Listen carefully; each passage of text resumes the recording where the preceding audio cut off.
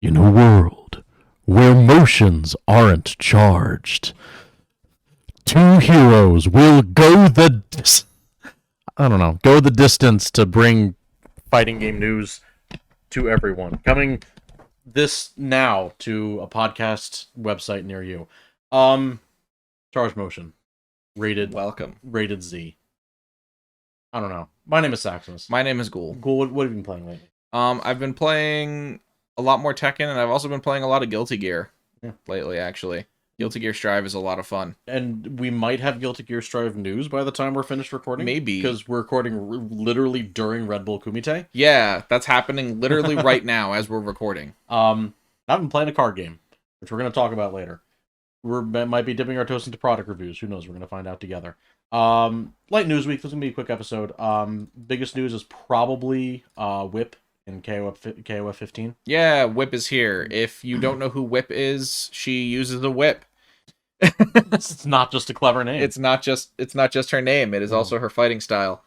She looked really cool. I see a lot of like Poison-esque, you can whip them out of the air and you can grab them with the whip and pull them towards you. Yeah. And I mean, I'm pretty sure Whip came out before Poison, so we should probably give the credit to her. But yeah, she just like reminds me, because I was exposed to Poison first, so she just kind of reminds me of that. It's like she controls mid-screen really well with a lot of fast whip attacks. Also a little bit of Scorpion with the get over here. Yeah, but yeah, a little bit of that. Yeah, she looks cool. I really like how the art style for KOF 15 has evolved ever since it first got revealed. Yeah, it's really good. It does look really cool. Yeah. Especially compared to 14. I mean, I think 14 is a good game, but like visually, KOF 14 was definitely lacking. Yeah, a little rough. Whip is here. It's cool. She's what number characters? Oh god, I don't even know anymore. Hold on. 34. Well, it's trailer 34. Yeah. So I think it says 39 star set of characters, so we presumably only have 5 characters left. Yeah. I'm incredibly surprised that we still don't have Rock Howard. Or yeah. Howard, or any Howard for them. We talk about it. Yeah, we still don't have Geese, huh? Still don't have Geese. That's weird. And no Rock. Rock isn't as weird because he was DLC in the previous game. Yeah. And that was his first appearance in a King of Fighters game. Really? Yeah, he wasn't in KOF at all before being DLC in 14. So he was in Guru, and then KOF 14, and that's it? Yeah. Unless he was in... He might have been in one of those, like, weird 3D KOF games. But as far as, like, the mainline KOF titles, no, KOF 14 was his first time being in, as far as I know. If I'm wrong, correct me. Only 5 characters left, and of course we're gonna get DLC. But yeah, Whip looks cool. What isn't cool, I guess depending on your perspective, is a reminder to always buy physical media whenever possible. Yeah. Because very surprisingly, Bandai Namco announced that on February 7th of next year, 2022, Jump Force will no longer be available to purchase digitally. Yeah, that's wild to me. The game's not even that old, and they're shutting down the servers on August 24th, 2022.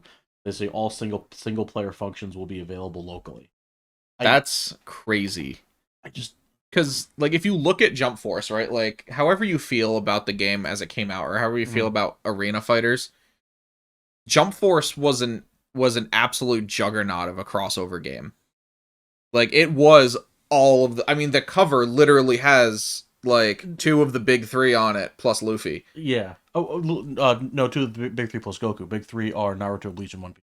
I thought... Oh, yeah, you're right. I was putting Dragon Ball in there for some reason. But I mean, these are all Shonen Jump properties. Yeah. And like, there have been other Shonen Jump fighting games, but I think this is the first one that's in 3D.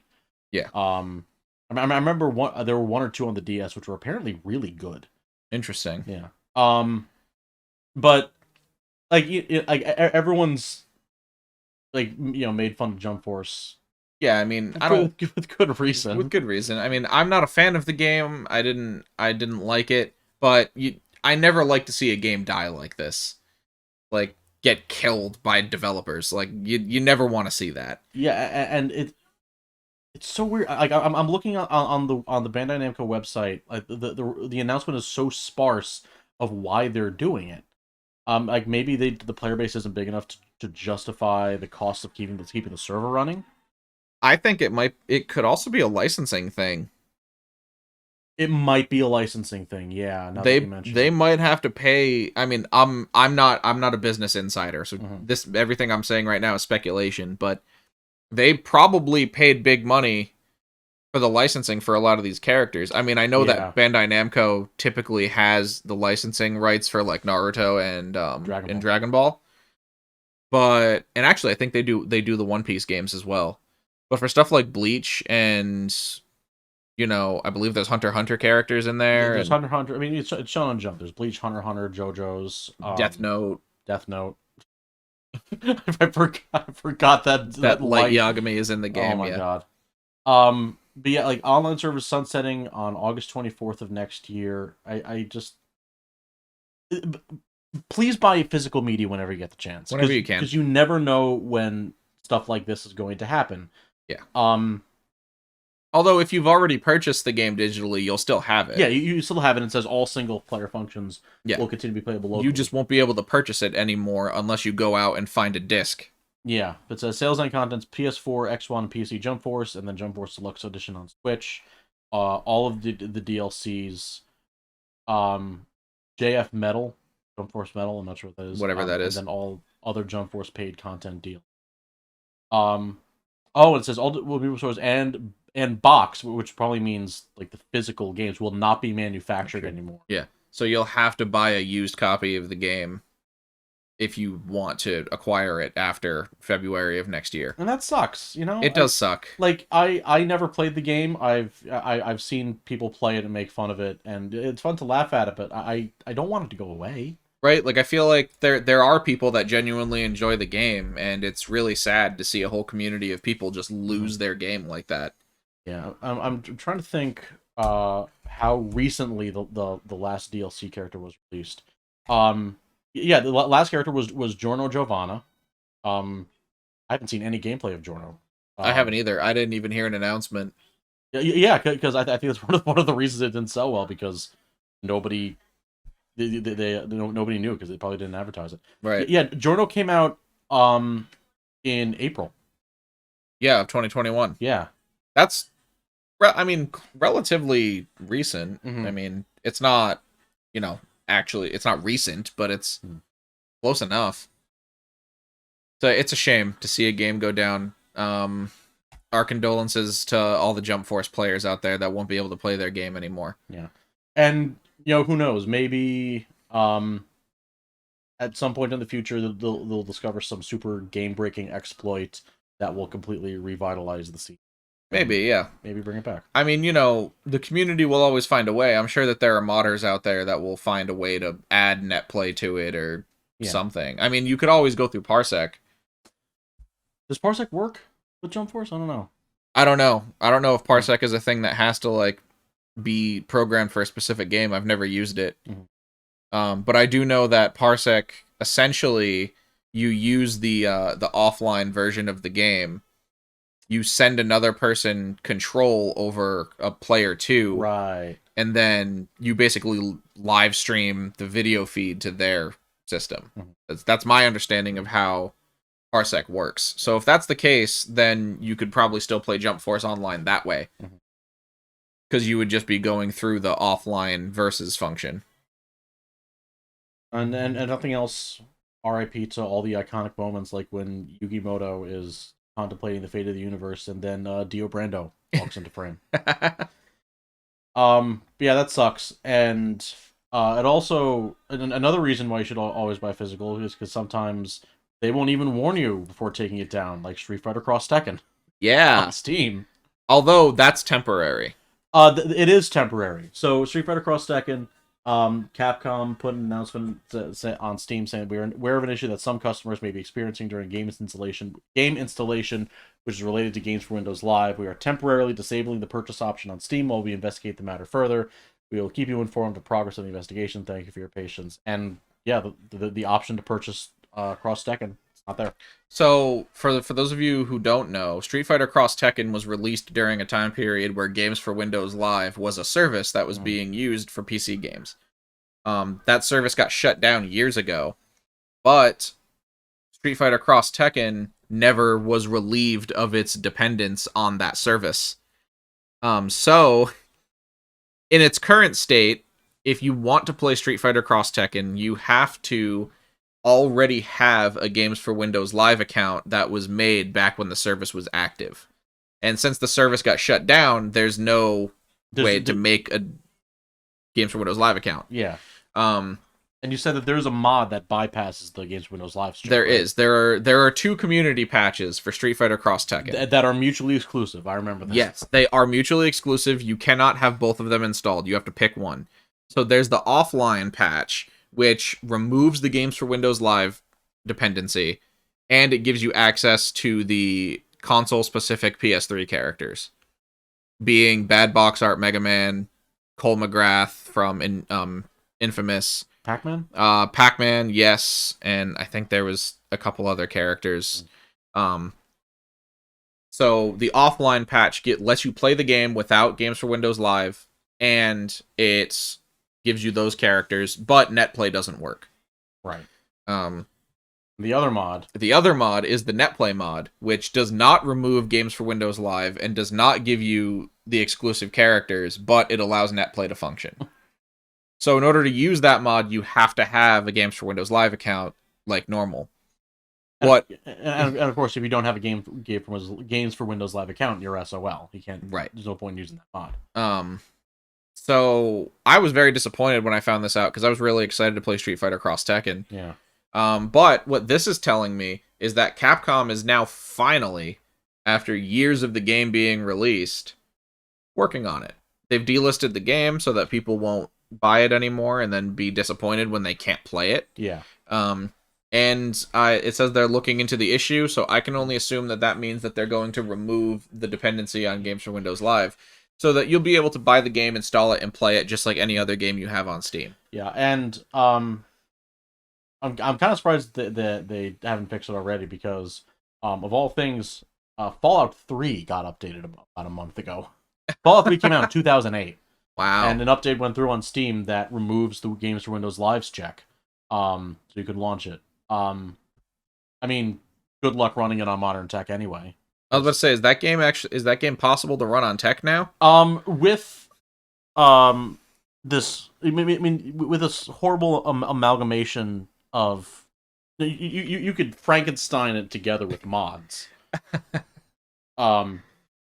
Theoretically, I just play Fallout 3 through Tale of Two Wastelands, which is the mod that puts all the Fallout 3 content into New Vegas. Right. Which is my favorite way to play Fallout 3. My second favorite way to play Fallout 3 is not at all. But yeah, it's interesting that seems to be like right on the timeline of like, so it's like, yeah, the patch came out October 13th on Steam for Fallout 3. It's interesting that Capcom is looking into it after Bethesda did, like right after Bethesda did. Yeah. So maybe they woke up and they're like, hey, we have a game that requires Games for Windows Live. Let's maybe fix that so people can play the game. But I'm excited. I'm going to play Street Fighter Cross Tekken when it becomes available too. Assuming it does. Yeah, but again, these are cautionary tales. Buy physical media whenever you can, not just video games. Yeah. Because the way all these industries work now, where you technically own nothing, you're renting all of your content. Yeah, you purchase a license to play the content, which can technically be revoked at any time. Yeah, and that sucks. It does suck. I personally believe that you are morally justified in pirating content that you cannot legally purchase. I would never tell you to do that, but yeah, I say, yeah. But I believe that you are morally justified in doing it. I mean, if the game is no longer being manufactured by the company and it's not available on any modern hardware, and, you can't feasibly get proper hardware to play it on, what else am I supposed to do? Yeah. But anyway, let's not dive down to that rabbit hole. Yeah.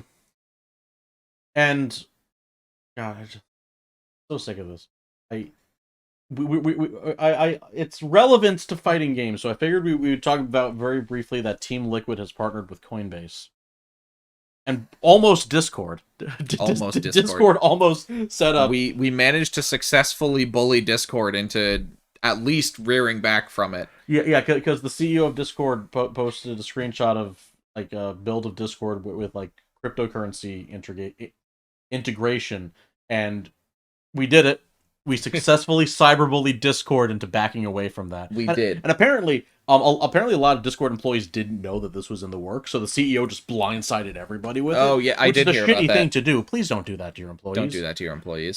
But remember, kids, cyberbullying works when it's against giant corporations. Don't cyberbully children or marginalized people or just random strangers on the internet. But cyberbullying corporations and politicians is perfectly okay. Yes. In fact, it's encouraged. Yes. Praxis.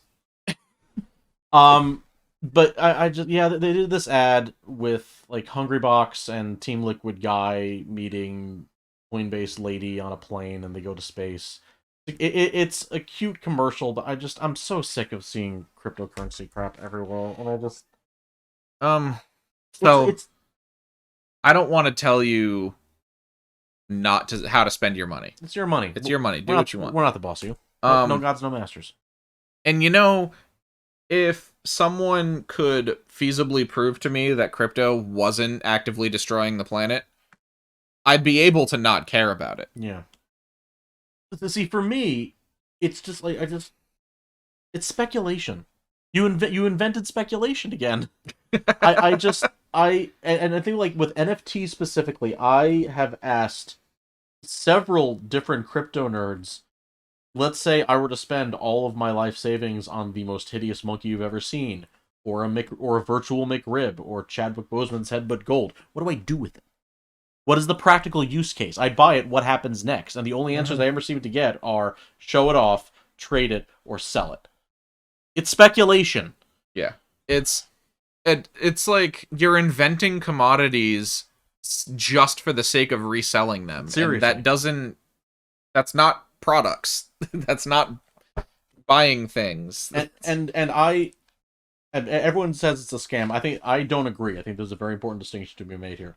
I think cryptocurrency and the technology behind it are not inherently scams, but they are absolutely used to scam people. Oh yeah. Which is another reason why it was good that we cyberbullied Discord into not going forward, because on Discord specifically, I every now and then I see a crypto nerd complain on Twitter that their wallets got hacked and their precious garbage lions got stolen from them. Yeah, it through means other than hitting right click and save. Yeah, I don't know. Whatever. I don't know. I don't have a lot of inside knowledge on cryptocurrency and like NFTs and that sort of thing. I read enough to basically know how they work. But it just seems like it's gonna crash and burn. I think. Yeah, no, go ahead. Sorry. And maybe I'm wrong. Like I probably am wrong, but like I don't know. It just doesn't seem like a safe investment by any means. And also, it's actively burning the planet. Wait a minute. You're saying that an ecosystem that can completely tank when Elon Musk makes a tweet isn't worth investing in? What? I know I'm coming out of left field here. Crazy. And like, don't get me wrong. I understand the desire for a decentralized currency. Mm-hmm. I understand the want to like have something that's not regulated by the government in that regard. And like to me that's like the most valid argument that I've heard crypto people tell me. Yeah. Is that like it's decentralized, deregulated, and it's managed specifically by people. Yes. And another problem I have with crypto is that it's extremely difficult for the layperson to get into. Well, yeah, that too. Like the barrier for entry is gigantic, and I think the barrier of entry will lessen as time goes on and the scene evolves. I mean, you can buy Bitcoin straight through Cash App. True.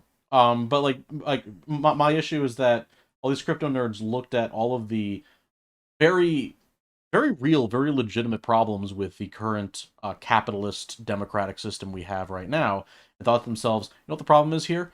Not enough capitalism. just fill it with more capitalism. I believe we should be working towards a world without money. Well, yeah, that's the dream, isn't it? That's the goal. Whatever. Let's move on to actual fighting game stuff, game yeah. news. So the relevance to that was that Team Liquid, a company that sponsors a lot of fighting game players, has partnered with Coinbase. Yeah. That was the news. And now you know. You're welcome.